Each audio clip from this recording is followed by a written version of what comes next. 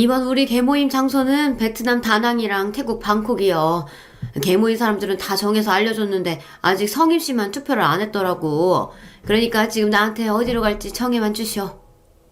뭐 베트남? 지금 내 앞에서 베트남이라고 했어? 나 여행 안 가. 죽어도 그딴 나라에 못 가. 아이고, 미안하네, 성임씨. 내가 뭐에 홀려가지고 그 생각을 미처 못했구만. 정말 내 실수야. 용서해줘, 응? 뒤늦게야 중요한 기억이 떠올랐는지 개모임 총무는 내 앞에서 실수했다며 미안하다고 다른 장소 알아보고 다시 연락 주겠다는 말을 끝으로 전화를 끊었습니다. 전화를 끊고 난 이후에 한참 동안 그날 때문에 생긴 그 악몽 같았던 일들이 떠올라서 괴로워지기 시작했습니다. 나를 그렇게 만든 나라는 바로 베트남. 요즘 이 나라로 여행들 참 많이 가시더라고요. 하지만 전 그 나라 이름만 들어도 짙은 향냄새, 죽음의 기억만이 떠오릅니다. 그곳에 내 소중한 새끼를 사지로 보내는 일만은 막았어야 했으니까요. 여러분, 제 처절하고 억울한 사연 한번 들어봐 주시겠어요? 지금으로부터 38년 전 맞선 한번 보고서 난 평생 함께할 남자를 만났습니다. 요즘 젊은이들이야 이런 소리 하면 믿기지 않겠지만 우리 때는 부모님이 정해놓으신 혼처나 주변 어른들이 소개해주는 남자를 만나 결혼하는 일이 흔했죠. 저도 짝사랑하는 가수 나훈아 선생님 좋아하는 거 빼고는 연애도 못 해보고 남편을 처음 만나게 되었어요. 맞선을 보러 나온 남자는 참 말수가 적었습니다. 우리 집에 아버지와 2살 위의 오빠들은 행동이 경박하고 너무 수다스러웠던 나머지 그 과묵하고 분위기 있어 보이는 남자가 마음에 들어왔죠. 그 남자도 내가 마음에 들었던지 다방을 나와서 영화를 보러 가자고 나를 잡아채더라고요. 영화 표값이 비싼데 하면서도 그 남자에게 이끌리듯 영화를 같이 보고 저녁까지 먹었습니다. 지금 생각해도 낭만적이고 애틋한 옛 기억이네요. 서로 마음이 통했겠다. 양가 어르신들이 허락해 주셨겠다. 결혼은 만난 지 3달 만에 이루어졌어요. 하지만 결혼은 현실이잖아요. 알콩달콩 이 남자 닮은 아들도 낳고 행복하게 살겠다는 제 꿈은 허황된 망상에 불과했다는 걸 신혼여행에 가서부터 느끼기 시작했습니다. 경주에 있는 호텔에 들어서자마자 남편은 저에게 손가락으로 이곳저곳을 가리키며 말했어요. 어떤 사람들이 묵었을지 모르는 불결한 곳이야. 어서 여기랑 저기 화장실까지 청소하고 들어가. 신혼여행 간다고 들떠서 샀던 원피스 소매를 걷어붙이고 그의 지시대로 청소하면서도 속으로는 그랬습니다. 이게 아닌데 내가 생각했던 신혼여행이랑 다른데. 내가 반평생 넘게 살아온 남편은 말이죠. 지독한 결벽증 환자였어요. 대중교통, 지하철이나 버스 등에서 손잡이는 절대로 안 만지고요. 자기 수저통을 따로 들고 다니는 사람입니다. 대부분 집밥만 먹는 사람이지만 그래도 점심 한 끼는 회사 식당에서 해결해야 하니 차마 거기 수저까지는 못 쓰겠다는 거죠. 이런 사람이 집은 또 얼마나 청결해야 만족하겠나요. 퇴근하고 돌아오자마자 곳곳을 순찰하고 다니며 테이블이며 선반 위까지 손으로 만져서 먼지 검사하는 게 일과였어요. 바닥은 늘 반질반질 윤이 나야 하고요. 물건이 제자리에 없다 치면 바로 호통 소리부터 납니다. 그래서 난 아침과 오후 5시 하루 2번씩 청소를 해야 했어요. 늘 걸레를 앞치마에 쑤셔넣고 집안 곳곳을 다닐 때마다 눈에 보이는 작은 티도 닦는 버릇이 생겼죠. 이렇게 숨막히게 하는 남편하고 살다 보니 늘 초긴장 상태로 있어야 하는 제가 어떻게 마음 편히 살 수가 있었겠느냐고요. 물론 우리 바깥 양반이 밖에 나가 바람을 피웠다거나 나를 때린다던가 그런 몹쓸 위인은 아니었어요. 소사정 자세히 모르는 사람들이 보면 우연히 아빠만한 남편이 어디 있냐고 할 테죠. 특히 11년 전 세상을 뜨신 우리 시어머니는 만날 때마다 저한테 그러셨습니다. 우연 엄마, 너 팔자는 아주 하늘에서 내린 상팔자인 모양이다. 제 아비처럼 생활력이 없는 것도 아니고 다른 집 남자들처럼 바람 한 번 안 피우지. 가정적이고 성실하지. 얼마나 좋으냐? 며느리 너는 내 아들 만나서 아주 복이 터졌구나. 30년 동안 귀에 못이 박히도록 듣고 또 들은 이야기. 네, 그렇게 좋으시면 어디 어머님이 남편으로 삼아 데리고 살아보시던지요. 이렇게 속으로만 대꾸해야지 어디 시어머니 앞에서 제가 토를 달 수 있었겠어요. 하지만 저는 우연 아빠랑 사는 게 어찌 그리 창살 없는 감옥에 있는 것만 같고 혼자서만 미치는지 모르겠어요. 일단 우리 집 양반은 집과 회사 말고 가는 곳이 다른 곳은 없습니다. 늘 정해진 시간에 집에서 출근하러 나서고 회식이나 어쩔 수 없는 일 빼고는 거의 정해진 시간에 집으로 돌아와요. 문제는 학교 다닐 때 무서운 학생 주임 선생님처럼 나와 아들 모두를 가르치려 든다는 겁니다. 시집 온 지 얼마 안 될 때 어릴 때야 저도 집안일 잘 모르고 그저 남편 말이 맞겠거니 하고 그의 말을 따라 살아왔어요. 그런데 우리는 부부 사이인데 늘상 남편은 고압적으로 명령만 하고 나는 그걸 따라야만 하는 관계가 별로 좋은 것은 아니더라고요. 남편에게 질려버린 데다가 어느 곳 하나 정부치고 못 사는 제가 어디에 의지하겠어요. 바깥 외출 하나도 마음대로 하게 하나, 친구를 편하게 만나기를 하나, 그도 아니면 어디 모임이나 취미를 찾을 수도 없는 인생이었으니까요. 그저 하나뿐인 아들 보면서 위로받고 또 그 아이와 대화하고 사는 그게 제 인생의 낙이었던 것 같아요. 속 깊고 세심한 우리 아들도 저를 얼마나 챙기고 아끼는지 그 아이만 보면 웃음이 나고 좋고 그랬습니다. 우연 엄마는 아들만 봐도 눈에서 꿀이 뚝뚝 떨어지네. 그렇게 아들 좋아만 하다가 나중에 여자친구 생기고 결혼해서 따로 살면 어쩌려고 그러슈? 동네 엄마들이 나한테 이렇게 이야기할 만큼 전 진짜 아들 바보였어요. 하지만 저도 언젠가는 아들을 떠나보내야 한다는 것쯤은 알고요. 그래서 미리 마음의 준비도 했습니다. 둥지를 떠날 아기새를 바라보는 어미새의 심정으로 말이죠.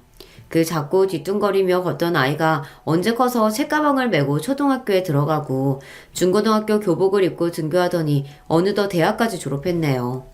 세월이 너무 빠르다는 걸 아들 키우면서 실감했습니다. 그 세월만큼 저 역시 같이 늙어갔겠죠. 아마 주부님들은 아실 거예요. 하루 두 끼, 많게는 세 끼의 식구들 식사를 차리는 일이 얼마나 힘들고 고민되는 일인지요. 그래도 요리하고 부엌일 하는 것이 저에게는 아주 보람된 일이었습니다. 제 아무리 궁중 요리를 해다 바쳐도 맛있다는 말이나 좋다는 표정 변화도 읽기 힘든 남편을 위해 밥을 차리는 일은 정말이지 맥이 빠졌습니다. 반면에 우리 아들은요, 별거 아닌 반찬만 해줘도 어찌나 반응이 좋은지 몰라요. 엄마, 이 계란찜이 아기 구름처럼 어쩜 이렇게 뽀얗게 부실부실해요? 진짜 식감이 부드럽고 맛있어요. 어디 찌개도 맛 좀 보자. 역시 우리 엄마 김치찌개 솜씨는 말해 뭐해. 입만 아프지. 개운하고 확 당기는 칼칼함이 여기에 뭘 넣으셨기에 이렇게 국물이 맛있지? 오늘은 육수 낼 때 디포리를 좀 넣어봤어. 그리고 김치찌개는 김치 맛이 좌우한다고 하지 않니? 엄마는 아는 식당에서 사온 묵은지나 쓰니까 찌개 맛이 더 깊단다. 이렇게 밥 먹는 아들 앞에 앉아서 도란도란 음식 이야기를 하고 하루 동안 있었던 일을 대화하는 것이 저에게는 그날의 고단함을 씻는 시간이었어요. 대체 누가 밥상머리에서 그렇게 시끄럽게 우냐? 조용히 좀 먹자. 전생에 아주 지체 높으신 양반집 가문 도련님이었는지 남편은 식사할 때 말 한마디 못하게 하는 사람이에요. 그래서 전 남편 식사 먼저 차려주고 나서 아들하고 둘이서만 먹었습니다. 아들이 이렇게 음식에 대한 마음이 남달라서일까요? 먹기만 좋아하는 줄 알았더니 자기 진로도 딱 요리하는 쪽으로 잡았었네요. 아들은 본인 뜻대로 외식 조리과 대학을 마치고 나서 아예 음식점을 차려보겠다는 포부를 부모님 앞에서 밝혔습니다. 하지만 제가 모은 돈이 2천만 원 뿐이라서요.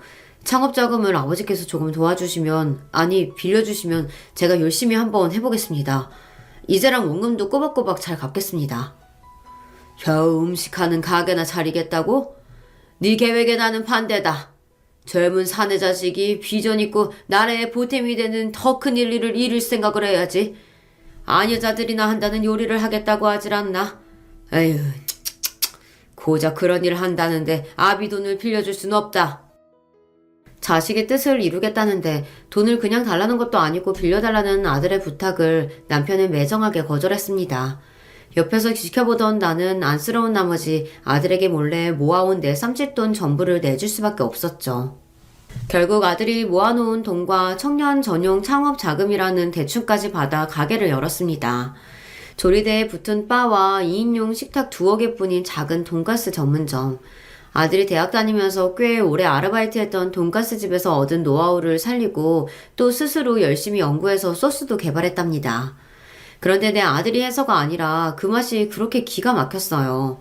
결벽증 남편 때문에 바깥 음식을 잘 안 먹기도 하거니와 느끼해서 평소에 잘 안 먹는 음식이었거든요. 그런데 아들이 튀긴 돈가스는 그런 제 입에도 딱이었습니다. 두 덩이나 먹고 속 든든한 것이 이래서 사람들이 많이 찾는구나 싶었죠. 젊은 청년 혼자서 연 가게라 그런지 잘해보라고 응원하는 손님도 많았어요. 가게가 바쁠 때는 제가 가서 설거지와 주방일을 도와서 가만 보니 아들은 작아도 알차게 가게를 해나갔습니다. 음식에 진심이더니 결국 어린 나이에 요식업으로 성공을 하는구나 싶고 뿌듯했죠.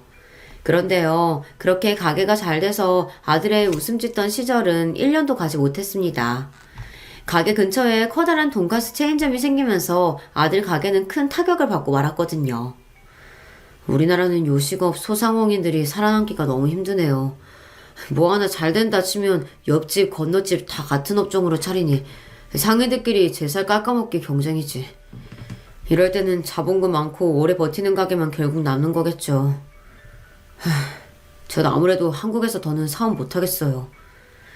그저 한 번뿐인 실패지 않니. 툭툭 털고 이번 일을 경험 삼아 다음에 더 잘해보면 되지. 너무 마음에 담아두지 말거라. 하지만 아들은 어느 날 돌연 베트남에 가겠다고 폭탄 같은 말을 했습니다. 넌 엄마에게 하나뿐인 자식이야. 어찌 너를 아는 사람 하나 없는 그런 타지로 보낼 수가 있겠니? 그냥 한국에서 더 시대해보면 안 될까? 이번에는 엄마가 아빠 설득해서 너 가게 차릴 때 도와줄 테니까. 이 나라에서 장사해서 성공한다는 게 얼마나 힘든 일인지 지난번 경험으로 뼈저리게 느꼈어요. 엄마, 저도 아주 생각 많이 하고 내린 결정이니 절 믿어주세요. 결국 아들은 자기 고집대로 베트남으로 떠났습니다. 아들은 베트남에 가면서 자기가 키우던 개 한 마리를 나에게 맡겼어요. 얘 이름은 소피예요. 이제 전 베트남에서 혼자 사느라 이 녀석 돌봐줄 수 없으니 대신 엄마가 좀 맡아주세요. 평생 개나 동물 가까이도 안 가던 나였는데 졸지의 아들 때문에 개엄마가 돼버렸습니다. 어거지로 맡기 시작했지만 재미없는 남편과 둘이서만 사는 나의 적적함을 이 강아지가 채워주더군요. 아들 대신이라 여기며 지내다 보니 소피 그 녀석 덕에 다시 웃기도 하고 산책도 같이 하며 개라기보다는 자식처럼 키웠어요. 무뚝뚝하던 남편도 소피의 간식을 본인 스스로 사올 만큼 처음 보는 다정함을 느끼기도 했고요. 이제 우리 부부에게 소피는 없어서는 안 되는 가족이 돼버렸죠. 아들은 가게 자리를 찾아보고 어떤 업종을 할지 조사하기 위해 베트남에서 한 달 정도 있다가 돌아온다고 했고 우리 부부는 공항까지 마중을 나갔습니다. 저 멀리서 이를 드러내며 환하게 웃으며 걸어오는 꽃무늬 셔츠의 청년이 내 아들이었습니다. 고작 한 달 사이인데 내 아들이 아닌 다른 사람처럼 몰라보게 달라진 느낌을 여러분은 이해하실 수 있을까요? 정말로 아들을 다른 나라에 보내고 싶지 않은 마음이었지만 끝내 아들은 베트남 호치민시에 돈가스와 국수를 파는 퓨전 음식점을 열었습니다. 친한 친구와 동업으로 열었다는데 그 가게를 하며 얼마나 바쁜지 제가 전화를 해도 잘 못 받고 아들은 정말 정신이 없어 보였어요. 어쩌다 가끔 하는 영상통화에서 보이는 아들의 얼굴은 피곤하지만 그래도 밝아 보였습니다. 스스로 보람된 일을 하는구나 싶어서 아들 걱정은 접어두고 그저 타국 생활에 잘 적응하기를 매일 기도했어요. 이제 가게가 좀 안정이 되었으니 놀러오라며 아들은 비행기 티켓을 우리에게 보내주었습니다. 아들 덕에 베트남에 있는 가게에 가보니 백인, 황인, 흑인 다양한 나라의 손님으로 북새통을 이루고 있었어요. 하지만 가뜩이나 덥고 습한 나라의 작은 주방에서 열기와 싸우고 있는 아들의 모습은 대견한 한편 안쓰럽기도 했습니다. 한국 남자 둘이 만든 음식을 다른 나라 사람들이 어찌 이렇게 잘 먹니? 여기 김치 들어간 음식도 있는데 참 맛나게들 먹는다. 베트남 오면 여행자들이 쌀국수나 베트남 토속 음식들을 먹곤 하는데 그것도 하루 이틀이지 금방 질리거든요. 그러다가 우리 가게 음식 한번 먹으면 손님들이 확 반해버리더라고요. 한 번 온 사람은 거의 못 봤어요. 대부분 두어 번씩 먹고 가니까. 그리고 코리안 푸드 어썸 이렇게 음식 칭찬도 하고 휴대폰 어플에 가게 리뷰도 좋게 남겨주니 제 사업은 앞으로 더 잘 될 거예요. 한참 음식과 씨름하며 흘린 땀을 닦으며 말하는 아들의 얼굴에서 빛이 났습니다. 어디 가면 아들 직업이 창피하다며 쉬쉬하던 남편도 이때 아들 일하는 걸 보고 느낀 바가 있었는지 태도가 달라졌습니다. 우리 아들 말입니까? 연매출 2억 원이 넘게 나는 자그마한 요식업 해요. 베트남에서요. 아들이 만든 음식이 국제적으로 인기가 많은 것 같습니다. 얼마 전 경비 아저씨가 같이 살던 아들이 오랫동안 안 보인다고 물으니 남편은 이렇게 대답하는 것이 아니겠습니까? 이제야 비로소 남편이 아들의 일을 진심으로 인정했구나 싶어 기분이 좋았습니다. 꽤 잘 벌면서도 7평 남짓한 원룸에서 친구랑 둘이 살고 또 집에서는 가게 일 상의하고 베트남어 공부하면서 아들은 시간과 돈을 절제하며 살았습니다. 남의 나라 살면서 일해야 돈을 잘 모은다면서 말이에요. 그리고 다음 추석에 아들은 한국에 잠시 왔다 가겠다는 희소식을 전했습니다. 하지만 뜻밖에도 우리 집 안에 들어선 사람은 2명, 아들은 만나던 여자친구와 함께 온 것이죠. 제가 갑자기 와서 많이 놀라셨죠? 오빠가 깜짝 선물로 하자며 비밀로 하고 이렇게 왔어요. 제 이름은 김화영입니다. 놀라긴 했는데 참 좋은 쪽으로 놀랐어요. 반가워요. 거기서 베트남 여자 만나서 베트남 사람이 원일이로 오면 어쩌나 했는데 이렇게 예쁜 한국 아가씨라니 아유 다행이네. 선한 눈매에 뽀얀 피부, 부드럽고 친절한 말씨까지 같은 여자인 내가 봐도 참 여성스럽고 예뻐 보이는 아가씨였어요.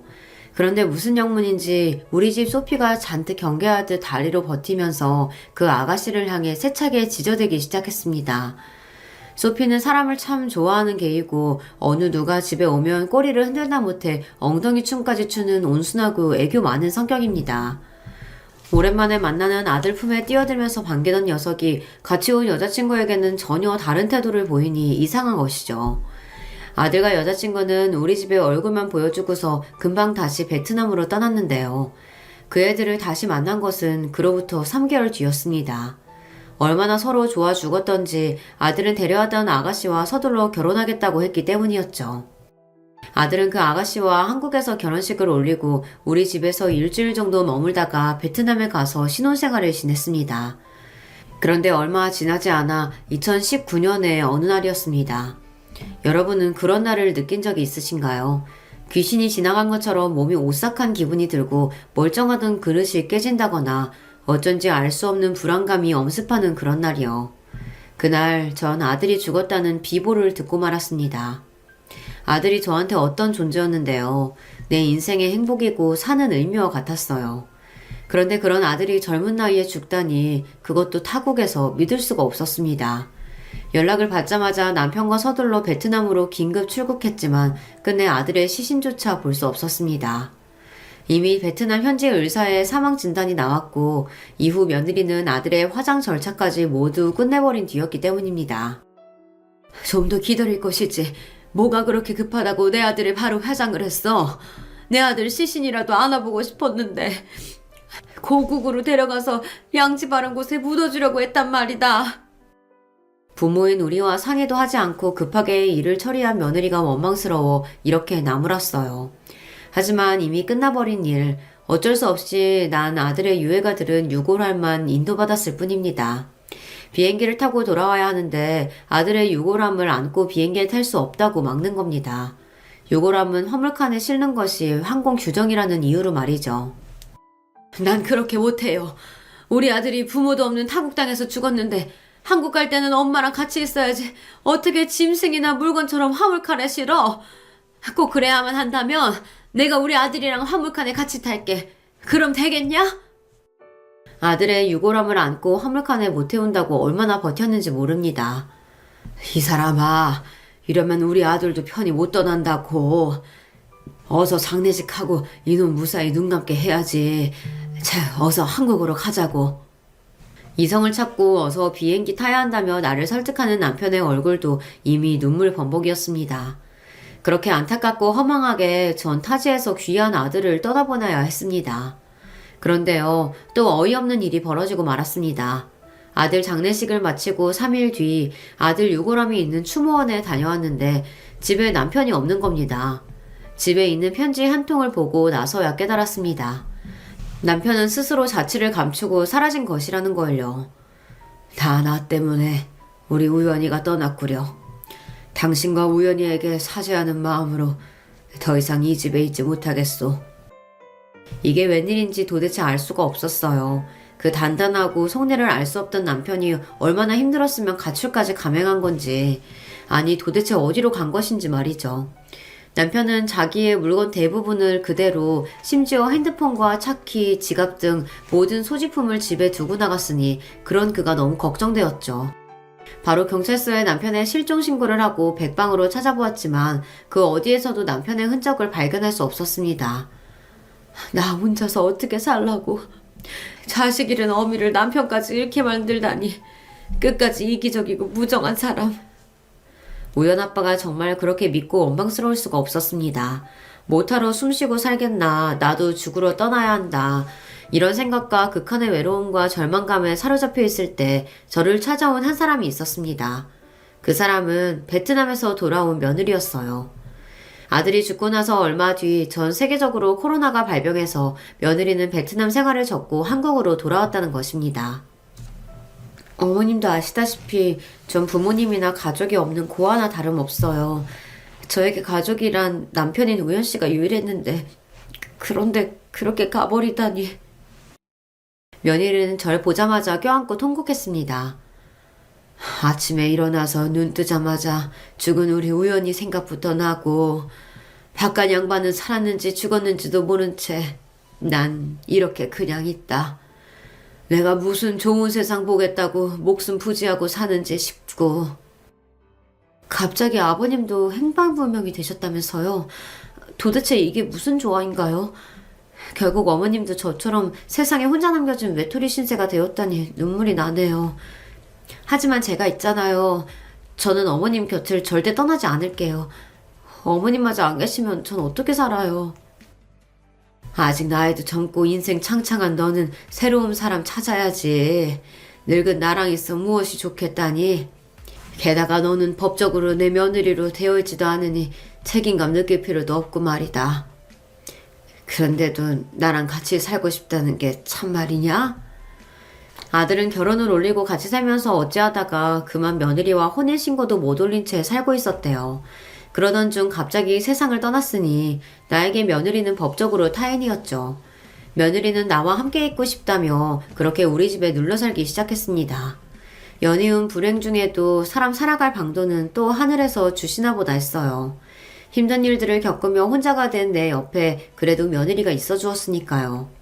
남편 잃고 과부 신세가 된 며느리를 보니 또 불쌍하고 가련하고 내 신세와 같아 보여 그 아이에게 잘해주고만 싶었습니다. 아들에게 밥해 먹이고 뒷바라지를 하면서 느꼈던 기쁨과 보람을 이제 며느리한테 해주며 살았어요. 남들이 보면 모녀간으로 알 만큼 참 오순도순 살았죠. 하지만 나에게 재앙은 끊이지 않았습니다. 약속이 있어서 외출하는 나 대신 며느리가 우리 집 개 소피를 산책을 다녀오겠다고 했어요. 그런데 내가 와보니 아무도 없는 빈집이고 곧이어 들어온 며느리가 빈 개 목줄만을 들고 숨을 헐떡이는 겁니다. 제가 잠깐 응가 치우는 사이에 걔가 어디론가 뛰어가서 찾을 수가 없었어요. 아무래도 걔가 도망간 것 같아요. 여기저기 다 찾아봤는데 어디에도 없었어요. 나의 자식과 같았던 소피까지 가출을 하다니.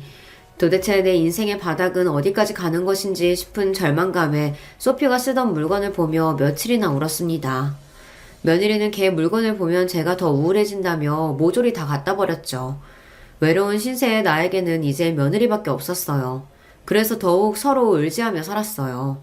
하지만 진짜 닥쳐올 내 불행은 이게 시작이었는지 모르겠습니다. 밤마다 문득문득 자주 깨는 나는 그 어느 날 밤 물을 들어 부엌으로 가려고 어둠 속에서 일어났습니다. 불이 꺼진 캄캄한 집 계단 옆 난간을 잡고 한 계단 한 계단 조심조심 내려가는데 몇 걸음이나 갔을까 갑자기 뒤에서 어떤 힘이 느껴졌어요. 그 밀쳐지는 느낌에 전 그대로 계단 아래로 구르고 말았습니다. 아이고 이러다 죽는구나.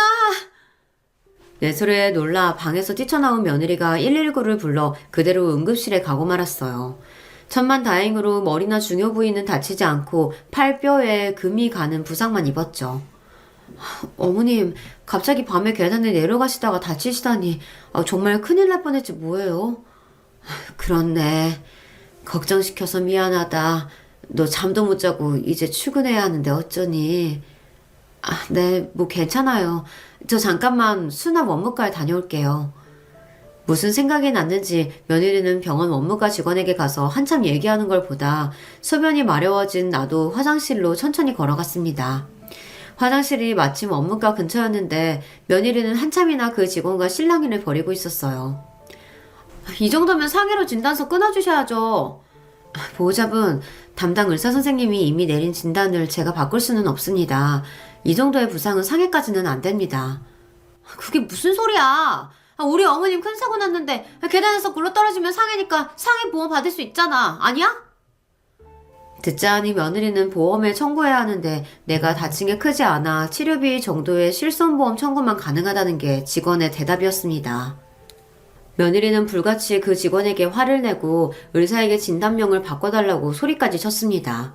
늘 내 앞에서 수줍은 듯 조용조용 말하는 순한 아이였는데 저런 모습을 보니 속으로 적잖이 놀랐어요.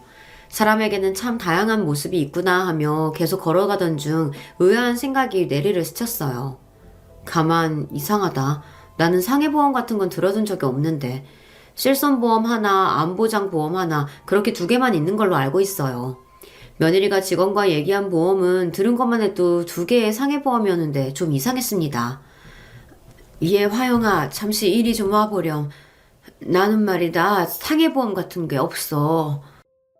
제가 갑자기 나타나서 그런지 아니면 자기가 했던 말을 들었을까봐 그런지 며느리 얘가 날 보자마자 화들짝 놀라서 어쩔 줄 몰라 했습니다. 그건요. 제가 들어놓은 보험이 따로 있어서요. 이런 복잡한 건 제가 다 알아서 할 테니까 걱정 마시고 어머님은 그저 들어가서 쉬고 계세요. 보험이나 치료비 같은 골치 아픈 일을 며느리가 알아서 처리해준다면 나야 편하고 좋죠. 며느리 말에 안심하고서 전 병실로 돌아왔습니다. 근 2년간 나에게 불행한 일들이 너무 많이 일어났어. 마가 단단히 꼈나? 아무래도 점이라도 봐야 할까봐. 느닷없지만 사람이 자꾸 안 좋은 일이 생기면 이런 미신에 의존하게 되는 것 같아요. 어떤 용하다는 무속인을 찾아가서 내 점사를 보게 되었죠. 자네 요즘 사는 게 아니겠네? 맞아요, 신녀님. 정말 요즘 같아선 저 딱 죽겠어요. 어쩌다가 제 인생이 이렇게 된 건지 모르겠거든요. 무슨 애군이 끼기라도 한 건 아닐까요? 너 지금 죽지 못해 산다는 얼굴인데 그냥 이대로 넋놓고 있다가는 너도 금방 죽어. 네? 억울하게 죽은 젊은 남자 영혼도 보이고 그 외에 다른 영혼도 몇 보이네. 보아하니 자네한테 원한이 있는 것 같진 않고 지금 자네 가까운 곳에 사람을 해하고 다니는 몹쓸 것과 함께 사는 게야. 그것이 원혼이면 구슬을 하든 재를 올리든 해야 할 테고 그게 사람이면 연을 끊어놔야 그래야 네가 살아. 그 무당님은 신기 있게 내 사정을 딱딱 알아맞히는 것 같았지만 그렇다고 내가 지금 뭘 해야 한다는 방법을 정확히 말하지는 않았어요. 신묘하고 영험하기로 소문났다고 아는 언니가 소개해준 곳인데 괜히 복비만 날리게 생겼네. 이렇게 별 소득 없이 점집을 나와서 집에 오는 길에 문득 이런 생각이 드는 겁니다. 그 신녀님 얘기 중에 억울하게 죽은 젊은 남자, 혹시 우리 아들을 얘기하는 게 아닌가. 많은 꿈 채 펼치지 못하고 죽어서 억울했구나. 저승으로 곱게 못 가고 구천을 헤매고 있는 건 아닌지 싶어 가슴이 저며왔습니다. 집에 와서 오늘 본 점사를 며느리에게 얘기하니 그 애는 무슨 벌레라도 본 듯 불쾌한 표정을 지었어요. 어머님, 그렇게 안 봤는데 무슨 그런 미신을 믿고 아깝게 돈까지 주고 오세요. 다신 그런 엉터리 찾지 마세요. 아셨죠? 그래, 나도 그렇게 생각해. 워낙 답답하고 나쁜 일만 생기니까 나도 뭐에 홀렸는지 그랬구나. 하긴 어머님이 얼마나 많은 일을 겪으셨어요. 전 다 이해해요. 그래도 우리 우연씨 천국으로 잘 갔을 거예요. 착한 사람이었잖아요. 며느리 말을 들으니 점집에 간 내가 부끄러웠습니다. 그리고 그 엉터리 점쟁이의 말을 그저 흘러보내고 잊고 살고 있었어요. 지금 와서 생각해보면 그래요. 주변에서 많은 사람들이 당하는 보이스피싱 같은 일들 있죠. 남의 얘기라고 들으면 참나 바보같이 뭐 그런 말도 안 되는 사기꾼한테 속냐 싶잖아요. 그렇지만 그 사기꾼들은 프로랍니다. 남을 속이고 등쳐먹는 일에 특화된 능력을 가진 프로요. 그러니까 보통의 선량한 사람들은 사기꾼에게 한번 걸리면 옴짝달싹 할 수 없이 속아서 넘어가서 제 손으로 그들에게 돈을 갖다 바치는 겁니다. 차라리 보이스피싱한테 걸려 돈만 뜯기는 게 나을 뻔했어요. 그보다 더한 악질 사기꾼 때문에 소중한 사람들을 잃어야 했다는 걸 알게 된 지금에 와서 전 그런 생각이 듭니다. 갑자기 며느리가 갑자기 다치는 바람에 병원에서 며칠 입원을 하게 되었어요. 낮에는 며느리 간호하러 병원에 가 있고 저녁이면 집에 돌아왔었는데 대문 옆 우체통에 몇 가지 우편물이 쌓여 있었어요. 그 우편물은 대우보험, 삼성화재 보험 등 죄다 보험사에서 온 것들이었죠. 내가 상상할 수도 없는 일들이 벌어지고 있다는 걸 그 봉투를 뜯어보고 나서야 알게 되었습니다. 그 보험들은 모두 내가 죽으면 며느리가 거액의 보험금을 수령하게 되는 일종의 사망보험들이었던 거죠. 나도 모르게 어떻게 이런 일이 가능한지 하도 이해가 안 돼서 그 보험사에 연락해서 어떻게 된 일인지 물어보았습니다. 그중 어디는 내가 인터넷으로 설명해서 보냈다고 하고 또 어디는 내가 본인 확인 통과를 했다고 하더군요. 며느리가 저축된다고 해서 은행원이 묻는 말에 대답만 하면 된다고 통화시켜준 적이 몇 번 있기는 했지만 이게 다 이런 보험일 줄은 까맣게 몰랐어요. 며느리가 퇴원하고 집에 돌아오자마자 전 보험 우편물들을 보여주며 물었습니다. 나를 속이면서까지 이렇게 많은 사망보험을 든 까닭이 뭐냐? 너 설마 그런 보험까지 들어놓고 나 죽기를 바랬던 거야? 그런데 그 애는 오히려 자기를 오해한다면서 화를 내고 거칠게 대답하더군요. 제가 그렇다고 어머님을 뭐 어떻게 하겠다는 뜻이 아니잖아요. 남편은 어느 날 갑자기 죽고 없지 내 인생이 참 막막하고 불안하더라고요. 이러다 어머님마저 떠나시면 어쩌나 싶어서 저도 제 살 길 찾겠다는 마음에 들어놓은 보험일 뿐이라고요. 그리고 자세히 좀 보세요. 종신보험이나 저축연금보험 같은 게 더 많다고요. 조근조근 나에게 설명하는 며느리 얘기를 들어보니 또 그의 말이 맞는 것 같더라고요. 그런 의무도 없는데 스스로 시어머니 모시며 살겠다는 착한 며느리인데 딸 같은 애를 내가 너무 오해한 건 아닐까 싶기도 하고요. 그저 앞날이 걱정되어서 보험을 많이 들은 것뿐이라는 며느리 설득에 내 마음이 동요했죠. 하지만 그렇다고 해서 이해에 대한 의심이 모두 걷어진 것도 아니었습니다. 표면적으로는 며느리와 이전처럼 잘 지냈지만 한번 의심의 먹구름이 들이우니 이제 며느리의 행동 하나하나가 모두 날 해치려는 의도처럼 보였거든요. 나 혼자서 이 일을 헤쳐나가기에 힘들다는 것을 알기에 내 의혹을 풀어줄 수 있는 사람, 그러니까 탐정을 고용하기로 마음먹었습니다. 평범하게 살림만 하던 여자가 어떻게 탐정을 고용해야 할지 몰라 고심한 끝에 결국 전직 경찰 출신의 연배가 좀 있는 탐정을 찾아서 내 사정을 설명했습니다. 참으로 여러 가지 일을 겪으셨네요. 안타깝습니다. 경찰로 시작해서 지금 일을 하며 어떤 수사 감각, 촉이라고 해도 좋을 그런 직감 같은 게 제게 있거든요. 그래서 그러는데 아드님 돌아가셨을 때 며느리 외에 함께 지내던 사람이 있었습니까? 그때요? 그때 베트남에서 같이 가게를 운영하던 친구가 한 명 있었어요. 그럼 그 아드님 친구분과 연락이 닿게 해주십시오. 그리고 얼마 뒤 오랜만에 아들과 베트남에서 함께 지냈던 친구에게서 전화가 걸려왔습니다. 어머님 안녕하셨어요? 잘 지내셨는지 안부 묻기도 죄송하네요. 우연히 장례식에 뵙고 나서 그간 통 연락을 못 드려서 면목이 없습니다. 저도 그 일이 충격이고 괴로워서 일부러라도 그 친구 잊고 일만 하고 살았거든요. 아니야, 다 이해하네. 우리 우연히 생전에 많은 것을 함께한 친구니 그럴 수 있어. 그래, 가게는 잘 되고 있고? 네, 아직도 우연히와 함께했던 그대로예요. 언제 한번 제가 항공권이랑 숙소 마련해서 초대할게요. 그때 오세요. 그리고 엊그제 어머님께서 고용하신 탐정님 연락 받았습니다. 아마 그분이 이 얘기 해주시겠지만 제가 직접 어머님께 말씀드려야 할 것 같아서요. 우연히 죽기 전날 제가 그 친구에게 한 얘기가 있거든요. 그게 사실 우연히 처가 만나는 남자가 있는 것 같아서 제가 목격한 것을 우연히에게 말했습니다. 그럼 네 말은 며느리에게 아들 말고 다른 남자가 있었단 소리니? 저도 의심되는 장면을 본 것뿐이지 사실인지는 모르겠어요. 하지만 우연히는 펄쩍 뛰면서 화영이가 그럴 리 없다고 확인하러 바로 나갔고 다음날 싸늘한 주검이 되었다는 소식을 들었으니까요.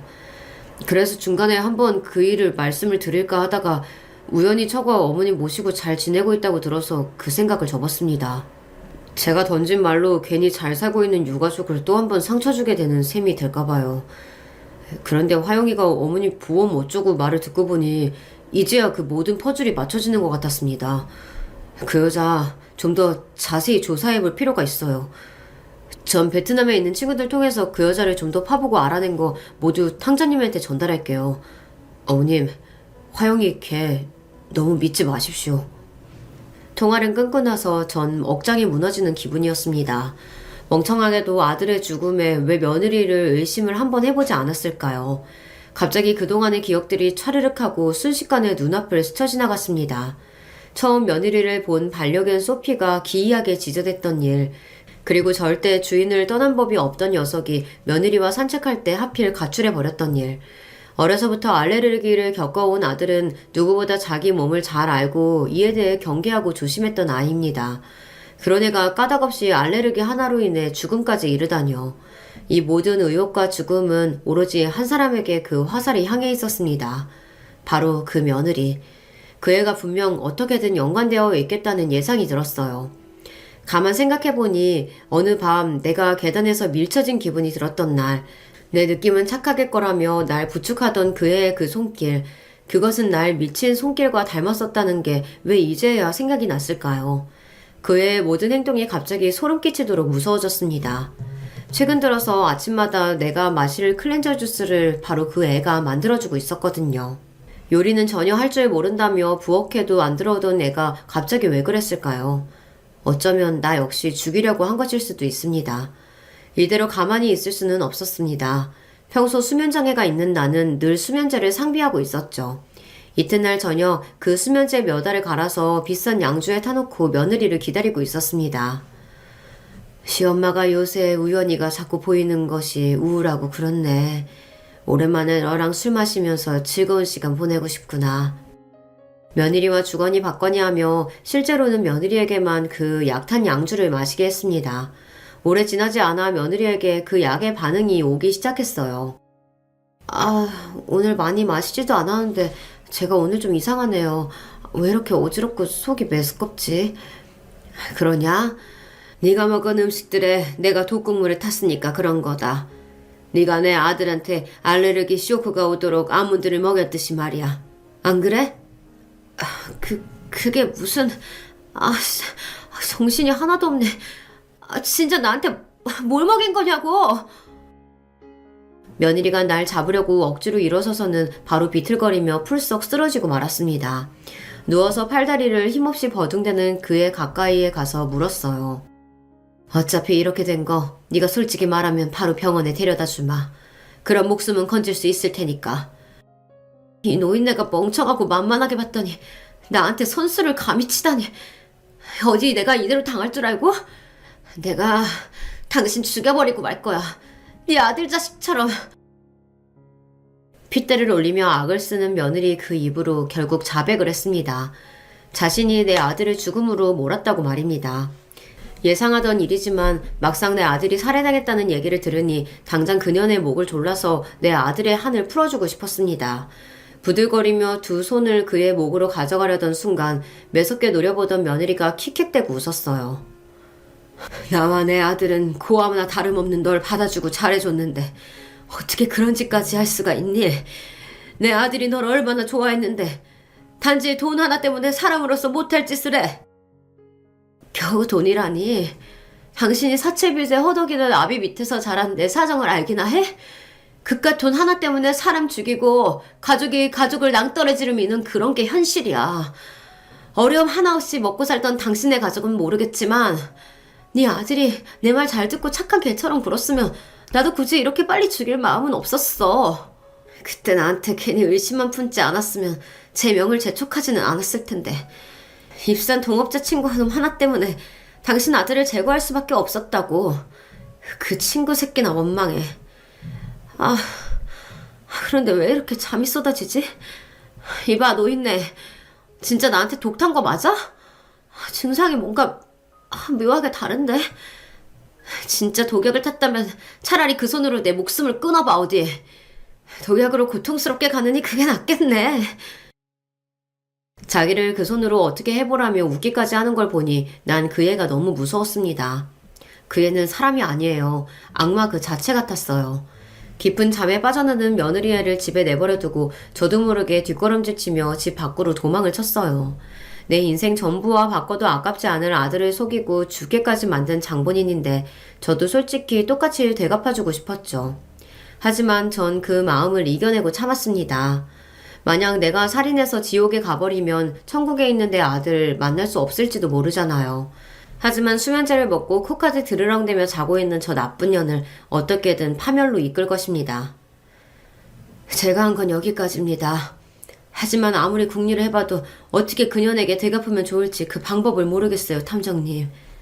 집에서 나오자마자 탐정을 찾아간 저는 며느리의 자백을 담은 녹음기를 주며 말했어요. 당연히 그런 자는 법의 심판을 받아야죠. 내가 현직 시절 친했던 후배 경찰에게 이 일을 잘 수사해달라고 부탁해놓겠습니다.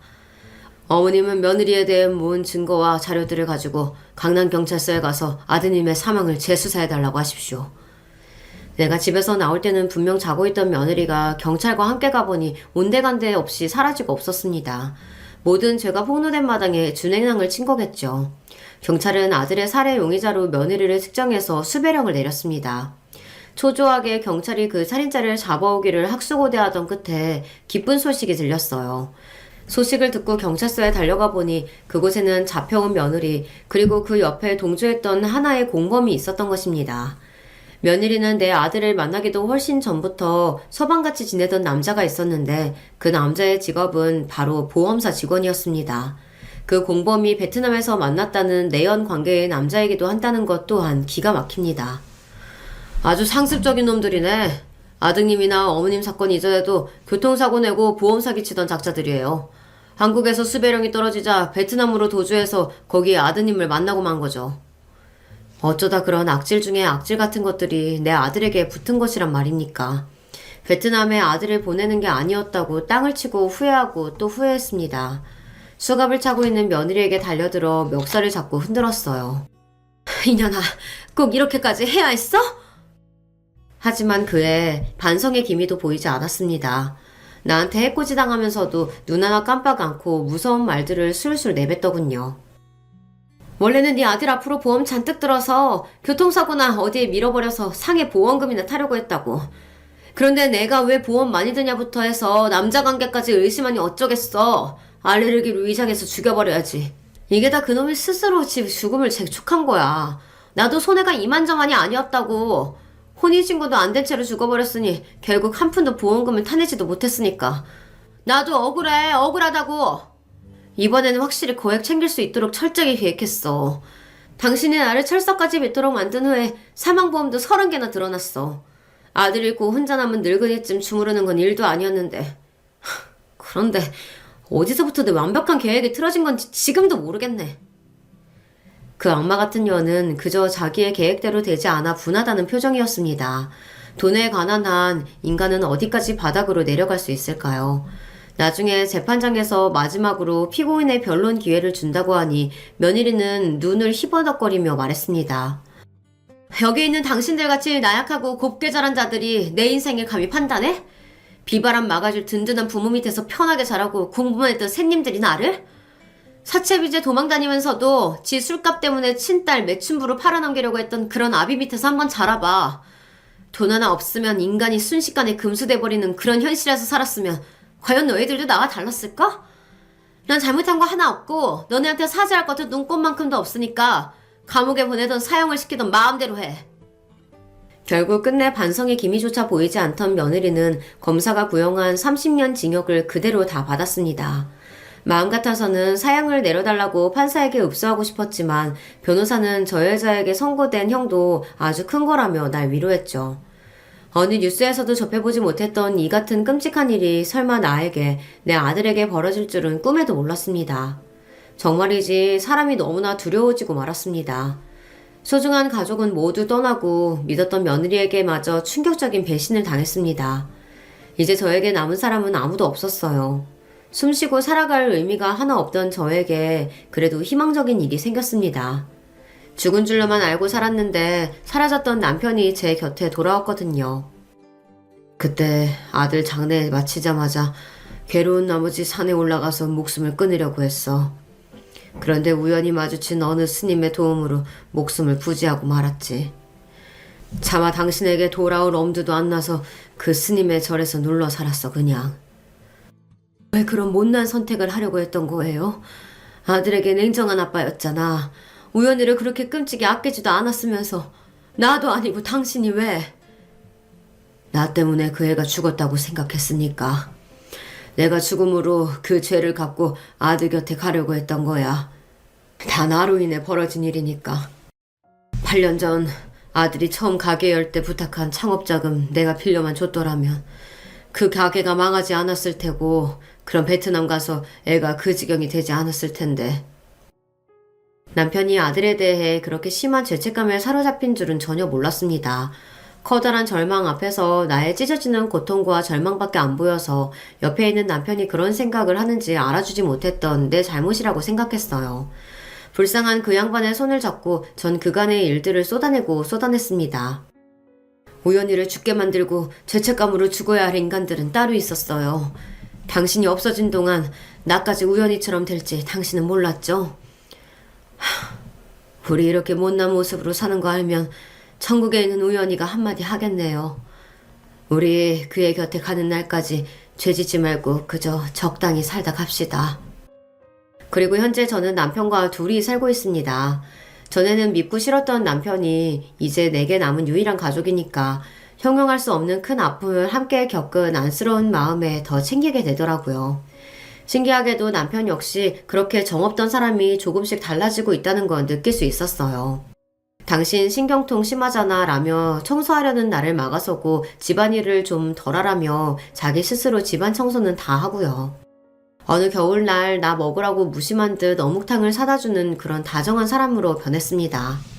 의지할 곳이라고는 오로지 서로뿐인 그런 노부부로 남은 생을 하루하루 살아가고 있습니다. 전 지금도 아들을 잃은 슬픔과 며느리에 대한 분노로 매일 고통 속에 살고 있기는 합니다. 젊고 앞날 창창했던 아들 대신 늙은 내가 숨쉬는 것만으로도 죄스럽고요. 그래도 산 사람은 그렇게 즐기게 살아가게 되더군요. 혹시 제 사연을 들으신 분 중에 인생의 아픔을 겪으신 분이 있다면 절 보고 힘내시면 좋겠습니다. 설마 저만큼 박복하시기야 하겠습니까? 여기에 보낼 이야기를 쓰기 위해 내 인생을 되돌아보면서 행복했던 기억을 찾을 수 있어 잠시나마 좋았습니다. 특히 아들 생전에 우리가 함께했던 추억, 그것에 기대어 앞으로도 살아갈 힘을 얻은 것 같네요. 나한테 이런 기회 주신 이 유튜브에 감사드리고요. 지금까지 저의 이야기를 함께 해주신 여러분께도 감사드립니다. 부디 모든 분들이 아무 사고 없이 가족과 잘 지내시길 바랍니다. 이만 안녕히 계세요. 안녕하세요. 저는 30대 주부입니다. 제가 몇 년 전에 겪었던 일이 자꾸만 생각나서 의견 여쭤보고 싶어서 사연을 보내봐요. 저는 20대 후반에 결혼했습니다. 저희 친정은 경제적으로 좀 넉넉한 편이었어요. 뭐 그렇다고 재벌처럼 살거나 그런 집은 아니었고요. 그냥 서울에서 꽤 먹고 살만하고 자식들 결혼시키는 것에는 무리 없는 정도의 형편이었죠. 아버지가 사업하셨고 어머니는 그냥 가정주부셨고요. 저희는 자매만 둘인데 저희 언니도 상당히 괜찮은 사람하고 결혼했어요. 형부는 아버지가 소개시켜준 사람이었는데 법조인 쪽이었고 저희 아버지가 사무실도 열어주시고 집도 사주시고 하니까 언니도 그다지 꿀림 없이 결혼을 했었습니다.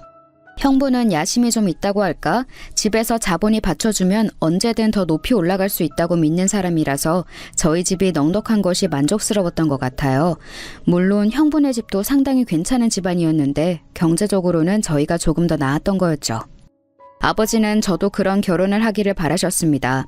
능력 있는 남자, 그리고 집안도 괜찮은 남자하고 결혼하면 저한테도 그만큼의 넉넉한 지원을 해주시겠다고 하셨어요. 그래서 저한테도 남자 여럿을 소개시켜 주셨는데 문제는 그렇게 막 제 마음에 드는 남자는 또 없었던 거였죠. 솔직히 집안 괜찮고 본인도 나쁘지 않은 스펙을 가진 사람들은 거의 저를 좋아해서 만난다기보다는 저희 아버지의 재산을 노린다는 게 너무 보이는 사람이 많았거든요. 차라리 그걸 좀 드러내지 않고 저하고 만나면 좋은데 너무 대놓고 보이니까요. 아무래도 좋아하는 마음이 생기려다가도 식을 수밖에 없죠. 그렇게까지 엄청난 부호도 아닌데 그런 식으로 다가오는 사람이 참 많았어요. 그러던 중에 남편을 만나게 된 거였죠. 사실 좋은 일로 처음 해본 건 아니고 제가 잘못해서 주차를 하다가 살짝 긁힌 게 인연이었어요. 아버지 회사 근처 식당에 갔다가 주차를 하는데 주차장이 좀 좁더라고요. 그렇게 좋은 식당이 아니라서 발렛 주차도 안 해주고 제가 넣어야 하는 곳이었기 때문에. 그런데 바로 옆에 있는 차를 긁게 된 거였어요. 처음에 만났을 때도 제가 잘못한 거지만 그렇게 막 뭐라고 하지 않더라고요. 그냥 쓱 보고 괜찮다, 이 정도는 상관 안 하셔도 된다고 해서 그 젠틀한 태도가 마음에 들었었죠. 그런데 아버지 뵈러 회사에 갔는데 거기 사무실에서 그 사람을 마주치게 된 거예요. 아버지 회사에 다니는 직원이었더라고요. 그래서 눈이 맞았고 상당히 빠르게 좋은 관계가 되었죠. 솔직히 아버지는 별로 안 좋아하셨어요. 회사 직원인데 그렇게 전문직도 아니고 그냥 너무 평범한 사람이라는 거였죠. 물론 그 사람도 좀 부담스러워하기는 했어요.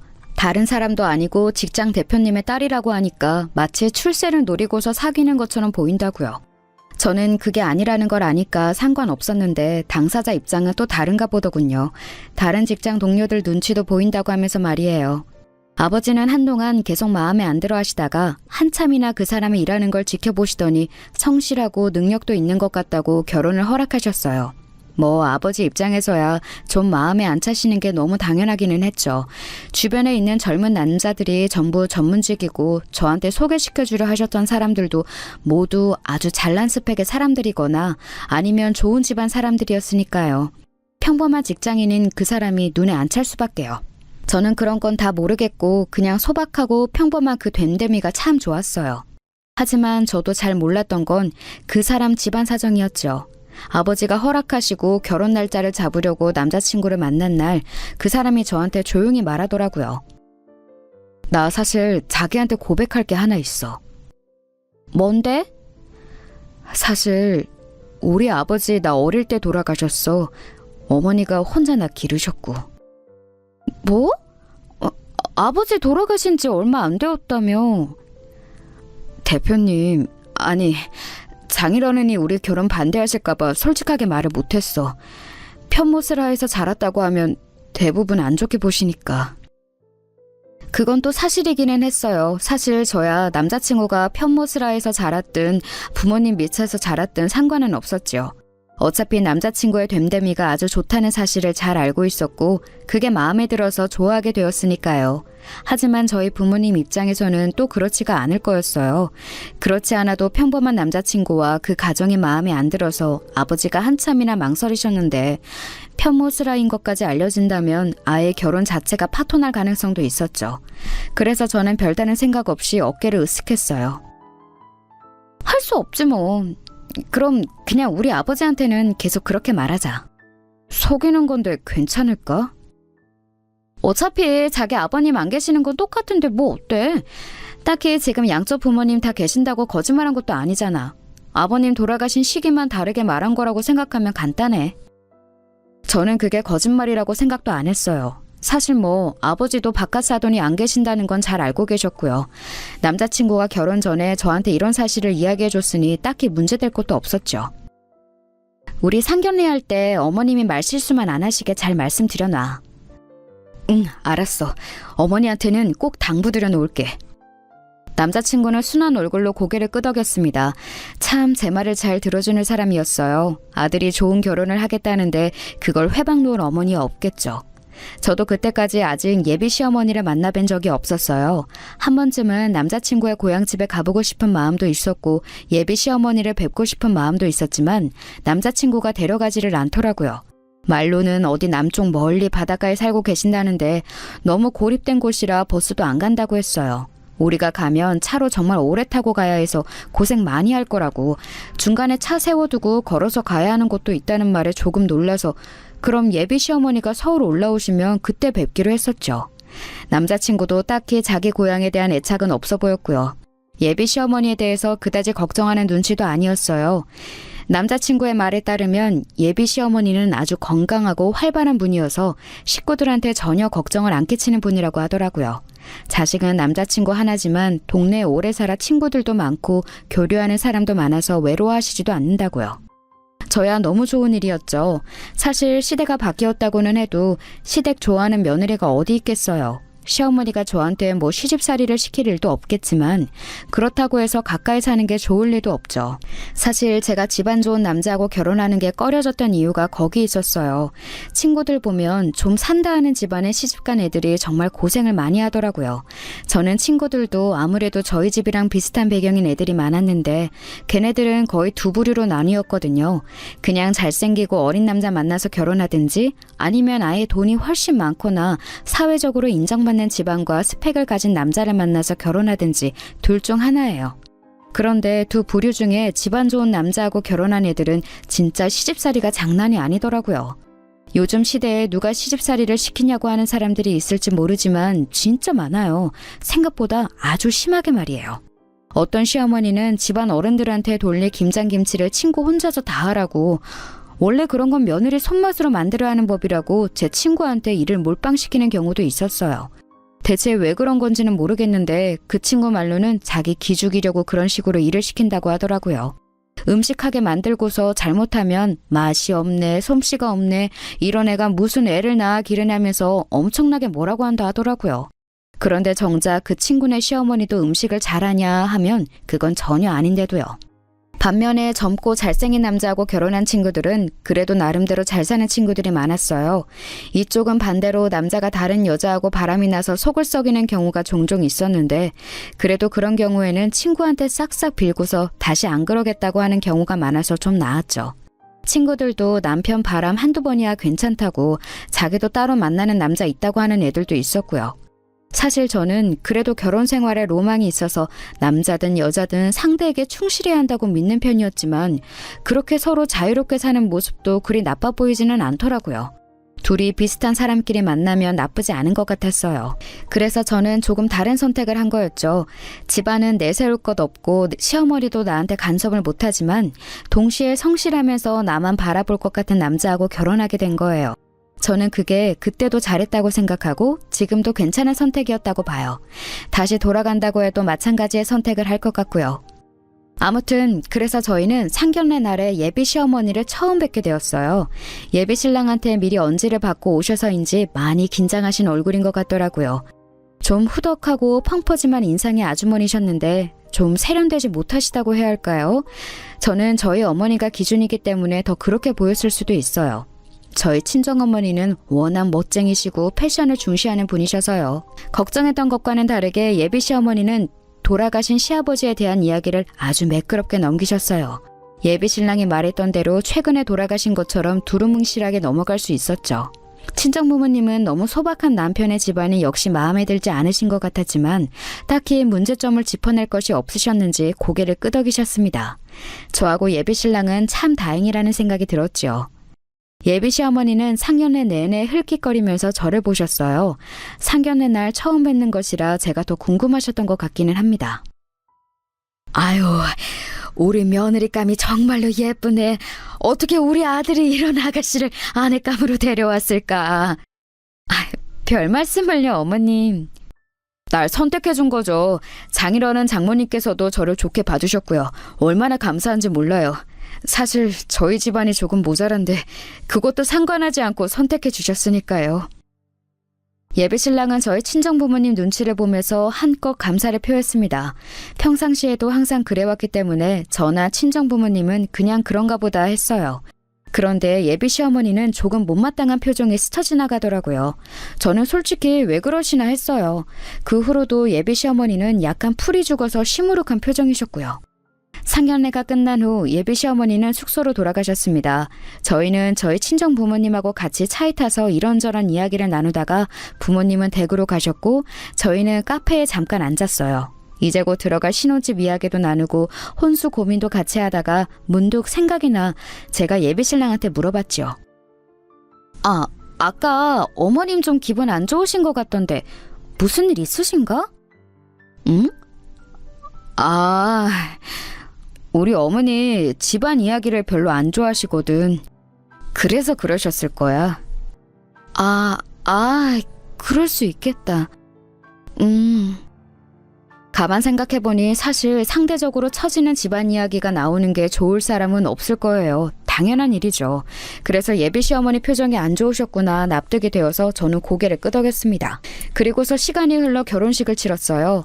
부모님이 결혼식만큼은 좋은 데서 해야 한다고 고집을 부리셔서 국내에서도 그래도 손꼽히는 호텔에서 치렀습니다.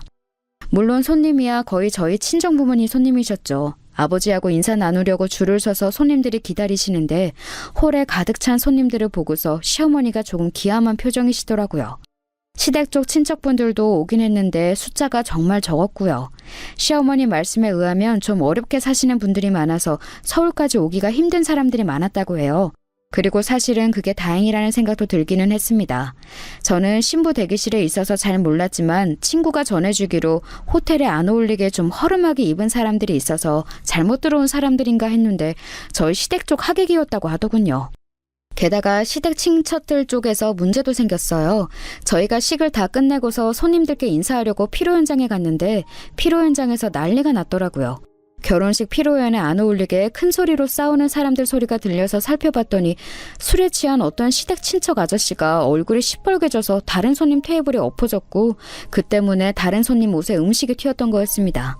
그 손님도 좀 참으면 될 것을 참지 않고 화를 내면서 시댁 쪽 하객 얼굴을 차버렸어요. 이분은 저희 친정 쪽 친척이었죠. 솔직히 말하자면 시댁 쪽 친척 아저씨는 알코올 중독이었고 애초에 로비로 들어오면서부터 목소리가 커서 비틀거리면서 들어와 사람들이 눈살을 찌푸리기는 했었어요. 화를 낸 친정 쪽 친척도 원래 아주 예민하고 다혈질인 사람이었고요. 둘이 잘못 만난 거였죠. 좋은 날이어야 하는 결혼식 날 피로 현장에서 그 난리가 났으니 어땠겠어요. 시어머니는 기겁을 하고서는 시댁 친척 아저씨를 말리다가 저희 친척이 다시 한번 싸대기를 날리려고 하니까 도리어 더 화를 내면서 그 친척 멱살을 잡았죠. 시어머니도 그 거친 해변에서 나고 자란 분이라서 엄청 잘 싸우신다고 나중에 남편이 말해주더라고요. 흰 테이블보가 깔리고 와인잔이 세팅된 호텔 피로 현장에서 그렇게 멱살잡이를 하면서 싸우고 있으니 그것도 다른 사람도 아닌 시어머니가 멱살을 잡았으니 정말 저희 체면이 말이 아니었어요. 피로 현장을 가득 채운 손님들은 거의 다 저희 친정부모님 손님이었으니까요. 솔직히 제가 그렇게 막 예민하고 날카로운 성격은 아니거든요. 남들 감정을 캐치하지 못할 만큼 둔한 면도 있어서 도리어 무던하고 무난하다는 평을 받는 편인데 그날만큼은 진짜 쪽팔려서 죽을 것 같았어요. 남편도 미치려고 하면서 시어머니를 말리는데 시어머니가 다혈질이어서 제대로 말려지지도 않고 결국 저까지 합세해서 같이 시어머니 진정시키려고 노력하다가 몸이 밀려서 테이블에서 음식물이 제 피로연 드레스에 다 튀고 아주 난리도 아니었죠. 피로연 드레스도 솔직히 정말 신경 많이 써서 구입한 거였거든요. 연분홍색의 단순하지만 정말 고급스러운 드레스였고 가격대도 무척 높았는데 시어머니한테 밀려서 테이블을 잘못 짚는 바람에 스테이크 소스가 전부 다 튀어서 옷은 망가지고 난리였어요. 너무 속상하더라고요. 물론 길게 이어지지는 않았어요. 제가 휘청거리는 걸 본 시어머니가 흠칫하면서 얼른 손을 놓으시고 남편이 급하게 중지한 덕분에 더 싸움이 커지지는 않았죠. 하지만 제 드레스는 이미 망가진 상태였고 손님들 시선은 집중되었고 저희 부모님 얼굴은 일그러졌고 시어머니는 그제야 상황이 파악되는지 어깨를 으쓱하면서 작게 미안하다고 하셨어요. 그런데 또 그 표정이 별로 미안한 얼굴도 아니더라고요. 남편만 속이 상해서 한숨을 쉬고 있었고요. 아무튼 피로연에서 그런 난리가 난 이후에 솔직히 시어머니한테 따로 인사를 드리기도 싫었어요. 결혼식 자체도 저희 집에서 100% 준비를 한 거였거든요. 뭐 그것까지는 별 생각 없었어요. 집안마다 사정은 다르게 마련이고 돈이 없다고 해서 무시를 할 생각도 없었고 그냥 사정되는 사람이 더 내서 준비하면 되는 거다 뭐 그런 정도의 생각이었으니까요. 그런데 그건 둘째 치더라도 저희 친정 부모님이 그렇게 애써서 준비해 주신 결혼식에서 적어도 소란은 일으키지 않으셨다면 얼마나 좋았을까. 시어머니한테 섭섭한 건 그거 하나였어요. 신혼여행을 다녀오고 나서 그래도 시어머니한테는 따로 인사를 드리러 갔어요. 남편은 굳이 갈 필요 있냐고 시댁이 저 남해안인데 얼마나 먼지 안 하면서 가지 말라고 그냥 전화로 인사드리자고 했지만 그래도 그럴 수야 있나요. 저희 친정 부모님도 그래도 어른이신데 인사드리고 오라고 하셨고요. 그래서 친정보다도 먼저 시댁으로 갔어요. 그런데 시댁에 가니까 솔직히 왜 남편이 굳이 오지 말자고 했는지도 알겠더라고요. 시어머니가 저희를 맞이해 주시긴 했지만 시댁의 건물이 정말 대단했어요. 시골에 폐가 되기 직전인 작은 오두막들 있잖아요. 딱 그런 느낌이더라고요. 슬레이트 지붕 올리고 너무 오래된 나무 기둥은 군데군데 썩어 있고 마당은 잡초가 듬성듬성 나 있고요. 시골이라고 해서 운치 있고 이런 곳이 아니라 마을 전체가 그렇게 낡은 느낌이었어요. 친척이라고 나와보는 사람들도 거의 그런 분들이었고요. 저희 피로연 때 난리친 그 아저씨도 같은 동네에 살고 있더라고요. 제가 신혼여행 가서 따로 사둔 시어머니와 친척분들 선물을 꺼내놓으니까 시어머니는 뭐 이런 걸 사왔냐고 퉁명스럽게 말씀하셨어요. 제가 고른 것이 명품 가방이라서 이 동네하고 좀 안 어울리기는 했지만 선물을 보고 그렇게 말씀하시는데 조금 마음이 상하더라고요. 이런 거 사오려면 돈 쓰지 말고 그냥 고기나 사와라. 뭐 이런 가죽 조가리를 가지고. 아휴, 어머님, 그래도 나중에 멋내고 친구분 만나실 때 드시면 좋을 거예요. 아휴, 네가 이제 내 며느리니까 하는 말인데 나는 읍내 나갈 일도 별로 없다. 그냥 만난 게 제일 좋다. 시어머니는 상견례 때 보여주셨던 조심스러운 행동거지가 완전히 사라져 있더군요. 이제 결혼식도 다 끝났겠다. 제가 완전히 잊은 며느리라고 생각해서 그러신 것 같았어요. 그러니 시어머니가 어떻게 행동하든 상관없다고 생각하시는 듯 좀 말투가 거치시더라고요. 자주 내려오기나 해라. 내가 아들 이놈 하나인데 생각 같아서는 아예 여기 눌러 살라고 하고 싶지만 직장 생활을 해야 하니 어쩔 수가 없구나. 그래도 한 달에 한 번은 내려와라. 어머니 무슨 말씀을 그렇게 하세요. 한 달에 한 번은 어찌 내려와요. 말도 안 되지. 야 이놈아. 새 며느리 들어오면 원래 같이 살면서 시집살이를 해야 하는 법이다. 한 달에 한 번 내려오는 게 뭐 대수라고. 너 싫으면 새아가라도 여기서 같이 3년은 살아야지. 아 진짜 말도 안 되는 소리를 하세요. 시어머니가 하시는 말씀이 기겁할 만한 내용만 있었지만 제가 따로 입을 댈 필요는 없었습니다. 남편이 먼저 기겁해서 시어머니한테 충박을 주고 있었으니 뭐 문제는 없었죠. 시어머니는 화가 난 듯이 돌아앉으셨지만 결국 더는 고집을 부리지 못하시고 그냥 너희들 좋을 대로 해라 하면서 입을 내미셨어요. 시어머니가 자고 가라고 하셨지만 남편은 끝내 싫다면서 저녁까지만 먹고 자리를 박차고 나왔습니다. 해가 빨리 지고 있었지만 차를 끌고서 가까운 소도시까지 가서 예약해둔 호텔로 들어갔어요. 그 호텔도 좋은 곳은 아니었지만 시댁 방보다야 100배 깨끗하고 안락했죠. 자기야 미안. 아무래도 우리 어머니가 좀 옛날 분이라서 꽉 막힌 데가 있으셔. 우리 고향도 그렇고 그래서 가지 말자고 했던 거야. 괜찮아 이 정도는. 그리고 자기가 워낙 먼저 잘 막아줘서 뭐. 걱정하지 마. 앞으로도 내가 잘할게. 남편은 정말 지극정성으로 저만 생각해주고 있었어요. 사실 고맙기는 했죠. 아무리 착한 남자라도 결혼하고 나면 완전히 바뀌는 사람들도 많은데 저희 남편은 어디까지나 저를 먼저 생각해 주었으니까요. 홀어머니 밑에서 자란 남자들은 무조건 어머니 편인 사람들도 많은데 말이에요. 그래서 사실 시어머니와 시가 쪽 고향에 대해서 별로 좋은 감정은 없었지만 아주 나쁜 감정도 없었어요. 남편이 완벽하게 제 편이었기 때문에 그리 힘든 일 자체가 없었거든요. 게다가 워낙 거리도 멀어서 애초에 만날 일도 많지 않았고요. 그런데 시어머니는 그날 일로 나중에 저한테 전화해서 화를 내셨습니다. 그런데 남편한테는 말 안 하고 저한테만 전화를 해서 왜 그날 그렇게 갔냐고 시댁에 그러는 거 아니라고 화를 내셨죠. 솔직히 저는 조금 황당하기는 했어요. 시댁에 무조건 하룻밤 자라는 시어머니의 요구도 황당했지만 애초에 나가서 자자고 굳고 주장했던 건 남편이었거든요. 저야 시댁에서 하루 자든 밖에서 자든 별 상관없다는 입장이었고요. 그런데 저한테만 전화해서 난리를 치시니까 저는 황당할 수밖에 없었죠. 전화해서 저를 혼내시면서도 남편한테는 이 이야기 절대 하지 말라고 하시는데 제가 그럴 필요가 있나요? 그날 저녁에 바로 남편한테 이야기를 했습니다. 시어머니가 이러이러한 용건으로 전화해서 나를 혼냈다. 그런데 난 납득이 되지 않는다라고요. 남편은 얼굴이 시뻘개지더니 미안하다면서 저한테 대신 사과를 했어요. 사실 남편한테 사과를 받을 이유는 없었기 때문에 제가 도리어 남편한테 미안하더라고요. 남편은 이제 그런 일 없게 하겠다면서 저를 위로해 주었어요. 그러고 나서 며칠 뒤에 아마 남편이 시어머니한테 전화를 했던 모양이에요. 그로부터 얼마간은 시어머니가 거의 연락도 안 하시고 잠잠하시더라고요. 그런데 그해 시어머니 생신 때가 다가오니 또 걱정이 되기는 했어요. 저희 부모님도 그래도 시어머니 생신은 챙겨야 하지 않느냐 걱정을 하셨고 저도 그렇게 생각했고요. 남편은 신경 쓰지 말라는 입장이었어요. 자기가 다 알아서 하겠다고요. 하지만 며느리가 되어서 그것도 결혼한 지 얼마 안 된 새며느리가 그럴 수야 있나요? 그런데 제가 그 시골집을 또 가기는 너무 싫고 그래서 저는 혹시 서울 구경시켜드리면 안 되냐고 호텔 하나 잡아드리고서 한 사흘 계시다가 맛난 거 많이 드시고 내려가시면 되지 않냐고 남편한테 이야기를 했습니다. 희한하게 남편은 별로 좋아하지를 않더라고요. 그러면서 하는 말이 자기 어머니를 자기가 아는데 좀 집착이 있는 편이라서 한번 잘해주기 시작하면 계속해서 바랄 거라고 하더라고요. 그때 남편 말을 들었어야 했는데 제가 그래도 사람 노릇은 하면서 살겠다고 고집을 피웠어요. 그래도 제가 새며느리인데 어떻게 시어머니 첫 생일을 그냥 선물만 보내고서 입을 닫겠냐고요. 제 주변 친구들을 보면 남편이 시댁 편만 들어서 문제가 되는 경우가 많았는데 저희 남편 같은 경우는 또 처음이었어요. 저는 그런 남편이 참 고맙기도 하고 편하기도 했지만 그래도 그렇게까지 나쁜 며느리는 되고 싶지 않더라고요.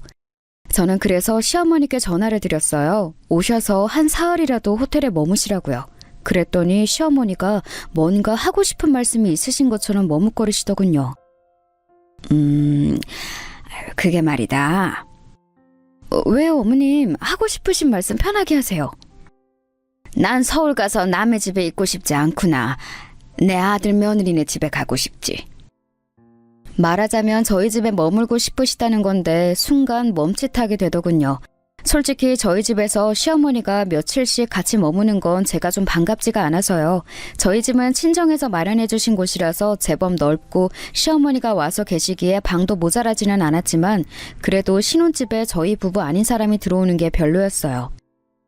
어머님, 저희 집보다 호텔이 훨씬 편하실 거예요. 저희 집에는 지금 남는 이불도 없고. 남는 이불이야 뭐 그냥 여름 이불이나 한 채 내주면 되지 않겠니? 너희 지금 가을이라 이불 바꿨을 거 아니니? 남편이 뭐라고 해두었는지 시어머니는 제게 말씀하신 애투가 훨씬 조심스럽게 누그러져 있었어요. 시어머니가 좀 세게 말씀하셨으면 제가 강하게 나갈 수 있었을 텐데 그렇게 약하게 말씀하시니 제가 도리어 뭐라고 할 수가 없더라고요. 네가 결정하는 대로 따르겠다는 듯한 그 말투로 어른이 말씀하시니까 들어야 할 것 같은 거예요. 그래서 저는 좀 난처해하다가 결국은 시어머니께 집으로 오시라고 말씀을 드렸어요. 뭐 시어머니 생신이어서 오시는 거였고 게다가 결혼 후 첫 해 첫 생신이었으니 이렇게 해드리는 것도 괜찮다고 생각은 했죠. 그런데 집에 와서 남편한테 그 이야기를 했더니 남편이 얼굴이 아주 오만상을 하더라고요. 아, 자기 그렇게 화내지 마. 그래도 자기 어머님이신데. 아니 우리 어머니가 정말이지. 남편은 한숨을 푹푹 쉬었습니다. 저는 시어머니에 대해서는 잘 모르니까 남편의 반응이 의아할 수밖에 없었어요. 보통 아들이 시어머니한테 잘하고 며느리가 잘못해서 문제가 생기는데 남편이 시어머니에 대해서 안 좋아하는 반응을 노골적으로 보이니까요. 우리 어머니 내가 대학 서울로 와서 자취할 때도 나 어디 있냐고 뭐 먹냐고 원룸 주인 들볶고 그랬어. 되게 부끄러웠거든 그때. 어머나 어머님이? 집착이 좀 심하다고 해야 할까? 그때부터 내가 싫은 티 엄청나게 내고 그러지 말라고 화를 많이 내서 지금 많이 좋아진 거긴 해. 원룸 주인 아주머니가 무슨 하숙집 하는 것도 아니고 그냥 집만 임대 놓은 건데 나 먹는 것까지 챙기라고 난리를 치니까 얼마나 쪽팔리던지. 세상에 그랬구나. 난 몰랐어. 이번에는 어쩔 수 없지만 그 후에는 어머니랑 좀 거리를 둬야 해. 안 그러면 자기하고 나 같이 귀찮게 할 거야. 남편의 말은 이해가 되었어요. 좀 매정하게 들리기도 했지만 그 정도로 사람을 들볶는 성격이셨다면 남편이 학을 떼는 것도 이해가 가긴 했죠. 일단 말씀을 드렸으니 이번 생신은 어쩔 수 없지만 그 이후부터는 조심해야겠다는 생각이 들었습니다. 그리고 시어머니 생신날 시어머니를 모시고 집으로 왔어요. 기차역에 내린 시어머니를 모시고 올 때부터 남편 얼굴은 표정이 별로 안 좋더라고요. 저는 그래도 사근사근하게 시어머니한테 말을 붙였고 시어머니 역시도 정과는 다르게 상냥하게 대답을 해주셨어요. 가끔 남편 눈치도 보시는 걸 보니 그래도 남편이 많이 단도리를 해놓았구나 싶더라고요. 그런데 일이 그렇게 부드럽게만 진행될 리가 없었죠. 첫날 시어머니는 저희 집에 오셔서 둘러보면서 집이 너무 좋다면서 감탄을 하셨어요. 그런데 일단 소파에 앉으시게 하고 물을 가지러 제가 부엌으로 간 사이에 시어머니가 벌떡 일어나서 여기저기를 돌아다니면서 문을 열어보고 다니시는 거예요. 남편은 잠깐 뭘 사러 슈퍼에 나갔는데 시어머니 혼자서 안방문 열어보고 작은 방문 열어보고 그러다가 드레스룸까지 열어보시고서는 소리를 빽 지르시더라고요. 아니 너는 무슨 옷이 이렇게 많니? 신혼이면 돈 아껴야 모을 때인데 제정신이야? 네 남편이 벌어다 주는 돈으로 이렇게 옷을 많이 사면 어떻게 해? 어머니, 잠시만. 이거 제가 처녀적이 입던 옷들이에요. 결혼하고서 산 거 아니고요. 저는 당황해서 시어머니를 모시고 다시 방 밖으로 나오려고 했지만 시어머니는 드레스룸에 버티고 서서 옷을 막 거칠게 뒤적이면서 들추셨습니다. 남편이 없어서인지 말투나 행동이나 완전히 달라지시더군요. 마치 두 얼굴 같았어요. 솔직히 제 옷 중에 캐시미어나 실크로 된 게 많아서 함부로 만지는 걸 제가 안 좋아하거든요. 물론 한두 번 좀 거칠게 만진다고 옷감에 문제가 생기지는 않지만 제가 옷을 무척 소중하게 다루는 편이라서요. 그런데 시어머니는 옷을 마구 뒤적거리면서 뭐 이런 옷을 사놨냐고, 이제 유부녀인데 옷도 좀 조신하게 얌전하고 풍신한 걸 입어야 한다면서 잔소리를 하시더라고요. 그래도 남편이 단도리를 해놔서 조심스러워하는 것 같더니 저하고 둘만 있으니까 또 고삐가 풀리시는 것 같았어요. 세상에 이게 뭐니? 이렇게 막 큰 애들하고 붙는 옷을 입는다고? 너 남편 있는 애야. 그건 요새 안 입어요. 그냥 버리기 애매해서 가지고 있는 거예요. 물론 시어머니가 지적하셨던 옷들을 제가 당시에도 다 입는 거였지만 일단 그렇게 둘러대고서는 시어머니를 모시고 거실로 나왔습니다. 시어머니는 거실에 나와서도 뭐가 못마땅하신 건지 눈살을 찌푸리셨어요. 예, 물론 너희 집이 첫눈에 딱 보기에는 너무 좋고 예쁘다만 이래서야 무슨 모델하우스 같아서 사람 사는 집 같지가 않구나. 밥은 좀 하는 거니? 부엌도 너무 아무것도 없구나. 어머님, 저희 그렇게 막 만들어 먹지는 않아요. 사다 먹는 게 많은 편이고. 예, 이게 대체 무슨 소리니? 너희 남편이 얼마나 집밥을 좋아하는데 사다 먹다니? 시어머니가 그 말에 펄쩍 뛰시더군요. 마치 못 들을 말을 들으셨다는 듯한 태도였어요. 그래도 저희가 좀 경제적으로 여유가 있는 편이라 나름 좋은 데서 반찬을 사다 먹는 편이었거든요. 저는 요리에 자신이 없으니 좋은 반찬 사다가 플레이팅 예쁘게 해서 남편한테 차려주었고요. 남편은 그런 식탁을 꽤 좋아했어요. 제가 한 것보다 훨씬 맛도 있고 제가 직접 차리니까 정성도 느껴진다고요. 같이 마주 앉아서 밥 먹으면 되게 좋았거든요. 제가 특별히 힘쓸 일도 없었고요. 그런데 시어머니 입장에서는 아니었나 봐요. 한참이나 입이 터져서 잔소리를 하시는데 남편이 들어오더군요. 남편이 왔는데도 일단 잔소리가 시작되니 멈출 수가 없는지 시어머니는 저한테 끝없이 뭐라고 싫은 소리를 하셨습니다. 결국 남편은 들어와서 사온 걸 식탁에 풀어두다 말고 시어머니한테 돌아서서 얼굴을 굳혔어요. 어머니, 이제 그만 좀 하세요. 아니, 내가 잔소리를 하려는 게 아니라 얘가 너 밥도 안 해준다며.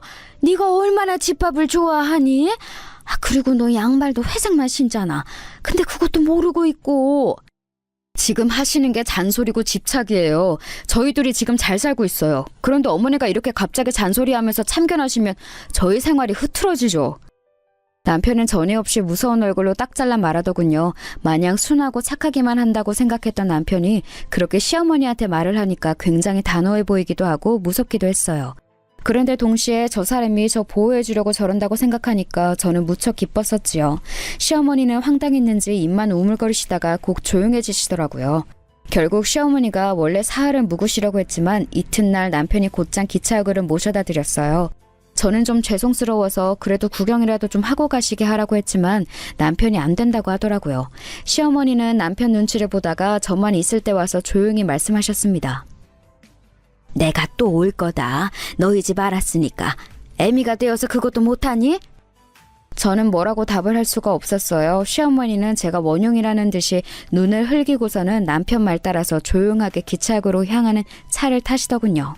뭔가 좀 찝찝하기는 했지만 그래도 별일이야 있겠나 했어요. 어차피 시어머니가 사시는 곳과 저희 서울집은 너무 멀어서 오가기도 힘들었거든요. 남편도 시어머니를 기차역까지 모셔다 드리고 와서는 제 어깨를 주물러주면서 조용히 미안하다고 했습니다. 자기 어머니가 혼자 자식을 기르며 살아서 너무 집착이 심한 게 문제라고요. 그걸 제외하면 좋은 분이니 너무 신경 쓰지 말아달라는 식으로 사과를 하더군요. 저는 뭐 그게 그렇게 큰 문제일까 싶어서 남편의 손등을 두드리면서 괜찮다고 했어요. 그런데 이게 정말로 문제가 될 줄은 꿈에도 몰랐죠. 왜냐하면 그로부터 한 달 뒤에 시어머니가 정말로 서울에 올라오셨더라고요.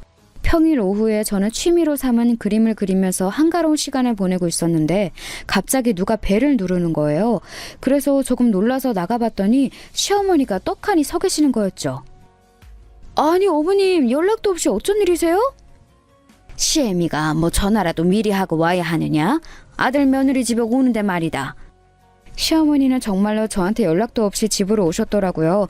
저는 너무 놀랐는데 그렇다고 제가 시어머니한테 나가달라고 할 수는 없잖아요. 그래서 저는 일단 시어머니를 들어오시게 하고 차를 끓여드렸어요. 시어머니는 괜히 심술맞게 앉으셔서 저한테 배가 고프다고 하시더라고요. 집에는 뭐 드릴 게 없고 별 수 있나요? 배달 음식점에다가 전화를 해서 시키려고 하는데 시어머니가 갑자기 그러시는 거예요. 나도 며느리가 해준 밥 먹어보고 싶다. 밥 좀 해다오. 어머님, 저 요리를 잘 못해요. 잘 못하면 어떡하니? 네 남편한테는 어쩌고? 시어머니가 그렇게 말씀하시는데 정말 난감하더라고요. 그렇다고 앞에 떡하니 앉아서 말씀하시는 분 말을 그냥 안 들을 수도 없어서 저는 좀 난감한 채로 나와서 집안 마트에서 장을 봐서 들어왔어요. 평소에 밥을 거의 안 해먹기는 하지만 된장찌개 정도는 끓일 줄 알았거든요. 그런데 제가 음식하는 꼴을 보더니 시어머니가 혀를 차시는 거였어요. 너는 지금 시어머니가 왔는데 된장을 내놓으려는 게냐? 네 어머님, 혹시 된장 안 좋아하세요? 내가 시골 아짐이라고 된장만 먹게 생겼니? 어째 시어머니 대접도 할 줄은 몰라. 시어머니는 혀를 차셨고 저는 그것도 그런 것 같아서 얼른 나가서 소고기를 조금 더 사왔습니다. 고기라도 구워드리면 괜찮겠다 싶어서 그런 거였죠. 그런데 뭐 요리를 평소에 안 하다가 하는데 수월하게 될 리가 있나요? 시간은 더 걸리고 저는 허둥지둥 엉망진창이고 시어머니는 뒤에서 한숨을 푹푹 쉬면서 보고 계셨고요. 그런데 제가 왜 이 짓을 해야 하나 슬슬 짜증이 날 때쯤 칼퇴근한 남편이 문을 열고 들어왔어요. 아니 어머님, 여긴 어쩐 일로? 뭐? 서울 올 일이 있어서 생각나서 왔단다. 정말이에요? 그럼 미리 전화 연락이라도 하셨어야죠. 남편은 저보다 더 크게 싫은 기색을 하면서 말했습니다. 저도 이번에는 좀 짜증이 나더라고요. 시어머니가 처음 들이닥쳤을 때는 뭐 그런가 보다 했지만 음식까지 요구하고 하시니까 화가 올라왔어요.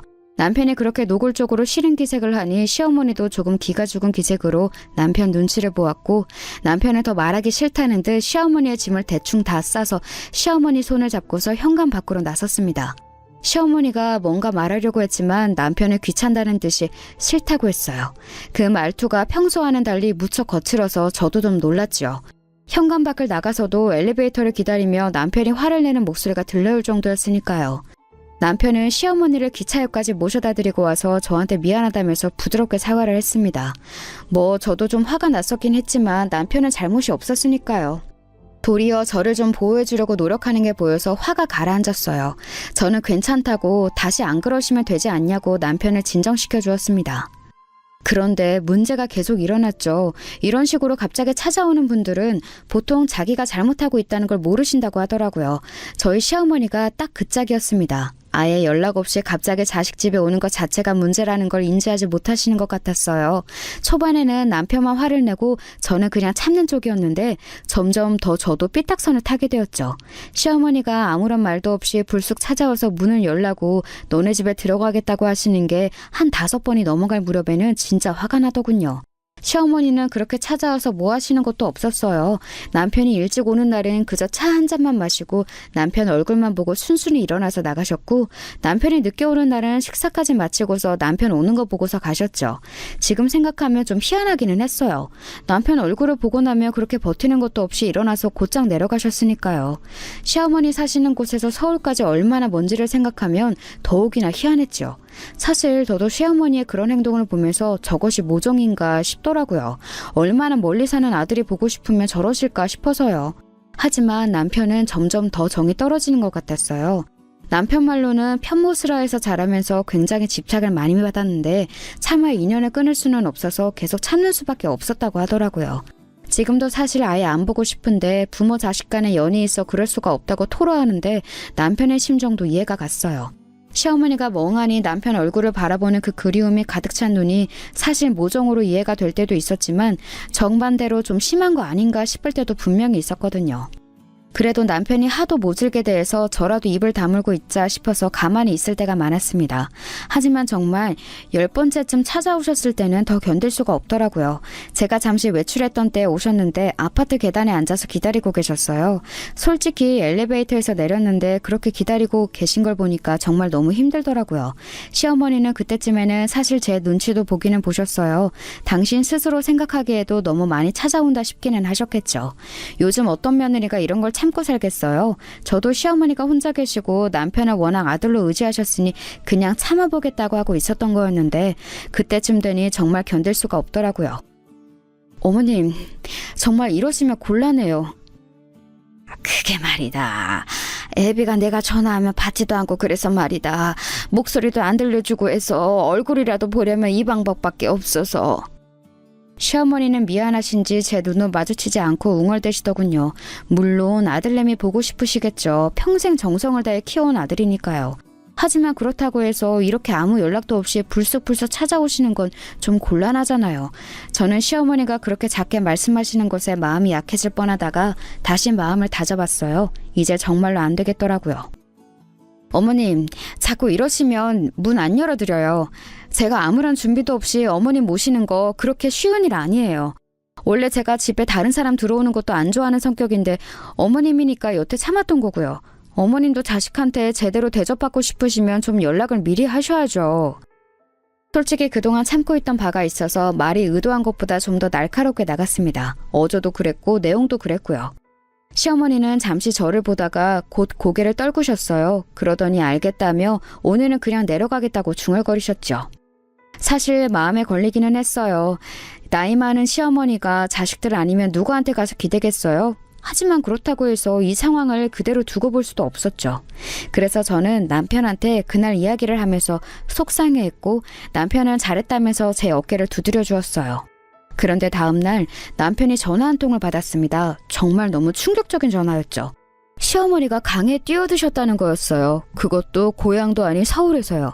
남편은 너무 놀라서 전화를 받는 내내 말을 더듬었고 저도 현실감이 들지를 않아서 멍한 채였어요. 남편은 놀란 얼굴로 얼어붙은 채 밖으로 나갔습니다. 저한테는 그냥 집에서 쉬라고 하고서요. 저는 시어머니가 사고사인 게 아닐까 생각했지만 남편이 알아보고 온 바에 의하면 정말 스스로 세상을 등지신 거였죠. 지난밤에 혼자 한강가에 앉아 계시다가 뛰어드신 걸로 보인다고 했어요. 누가 봐도 명백한 일이었기에 변명의 여지가 없었죠. 장례식을 치르면서도 이게 현실인가 싶었습니다. 남편도 어안이 벙벙한지 슬프다기보다는 당혹스러운 얼굴이었고요. 저도 남편도 한동안 충격에서 헤어나올 수가 없었습니다. 시어머니가 저희한테 박대받았다고 생각해서 세상을 떠나신 거라는 건 누가 봐도 알 수 있었어요. 하지만 저나 남편 입장에서는 쉽사리 납득이 되지 않더라고요. 저도 남편도 그래도 참을 만큼 참았고 그저 연락 없이 오지 마시라는 말씀을 약간 센 어조로 드린 것뿐이었는데 말이에요. 남편은 장례식이 끝난 후 일주일 정도 지난 뒤에 생각이 정리되었는지 이야기를 하더라고요. 자기 때문은 아니야. 나 때문이야. 유일한 아들이 이제 남이 된다고 생각하신 것 같아. 어느 정도는 사실이고. 남편은 차분하게 결혼하고 가정을 꾸린 아들이 독립된 존재로 살아가는 걸 시어머니가 못 견딘 것 같다고 말하더군요. 저도 그 말이 맞는 것 같았어요. 시어머니는 남편한테 정말 매달리다시피 애처롭게 구셨으니까요. 동시에 왜 그런 선택을 하신 건지 조금 원망스럽기도 했지요. 저는 못할 말을 한 건 분명 아니었는데 이렇게 큰 죄책감에 시달려 하니까요. 지금도 사실 시어머니한테 원망과 슬픔이 동시에 들고 있어요. 그 이후로 남편과는 시어머니에 대한 이야기를 조금도 하지 않고 살고 있지만 여전히 마음 한구석은 조금 찜찜하답니다. 여러분이 생각하시기엔 제가 잘못 처신한 것 같은가요?